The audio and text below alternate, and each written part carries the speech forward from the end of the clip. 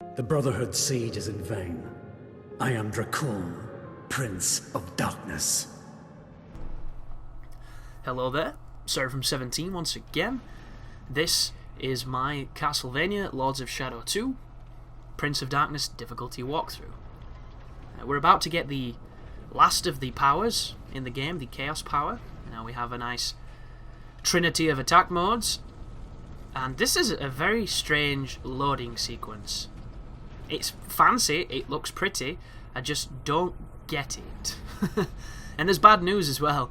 If you do not hit the altar thing, or the little engravement on the floor, you will fall and die.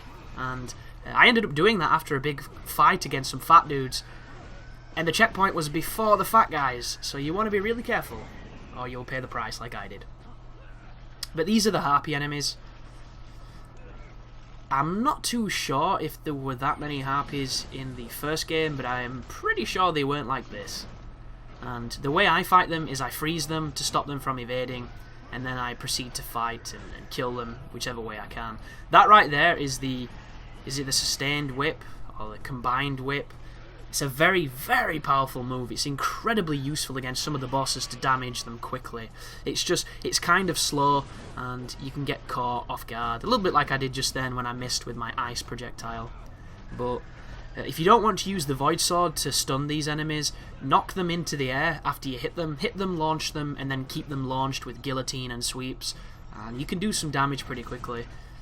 They telegraph their attacks, but even though they did that, I still got hit a lot, which, I don't know. The evade on this game is not as useful as the first game's evade, I don't think, because I never remember having problems with it.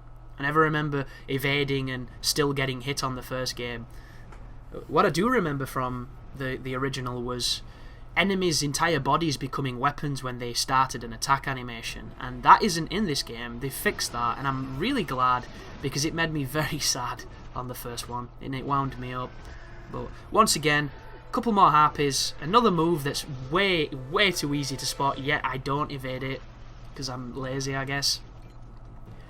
But if you do get them on low life, you can always eat them and get a little bit of life back, but the life you get back is very nominal compared to, for instance, using the Void Sword.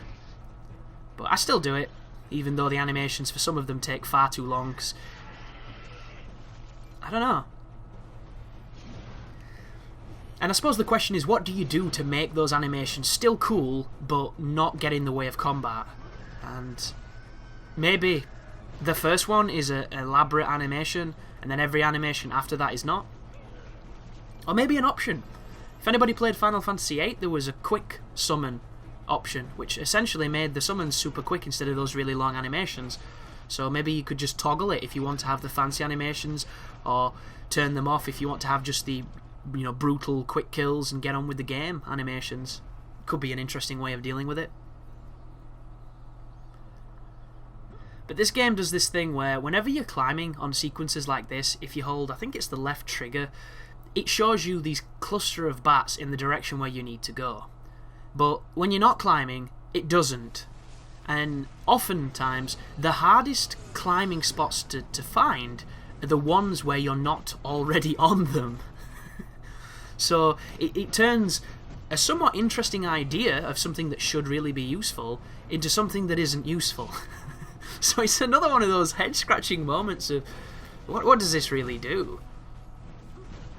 But this is a fight against two of the big, I don't even know what these guys are called. They're like the dungeon keymasters or something. And the thing to note, do you see how the guy on the right has a flaming hammer? He did that by lighting it in those torches, which I think is a super cool idea that's really not used that much in the game. But they're using the environment against you to get a buff, which is really nice. And he does that. So whenever you see them do a vertical slam, it's either going to have a shockwave like this one, or it's going to fire a projectile your way, which you need to avoid, because these guys hit really hard, and they should. Like, that's the standard one.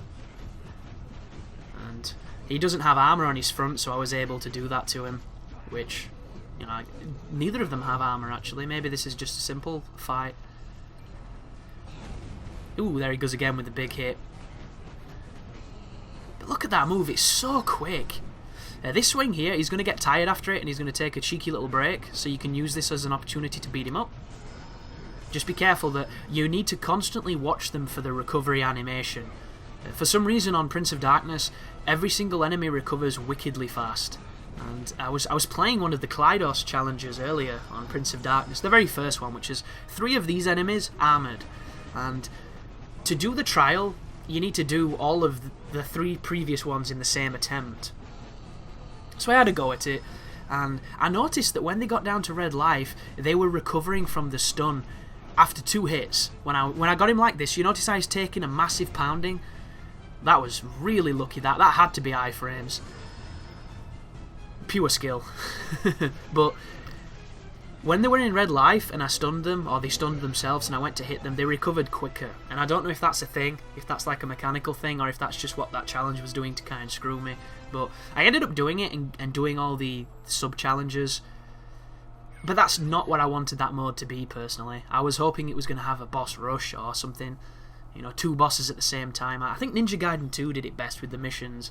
Don't get me wrong, some of them were batshit crazy and ridiculously insane, but the ones on this seem to be, here's a bunch of enemies that you didn't really like fighting, and here's 20 of them.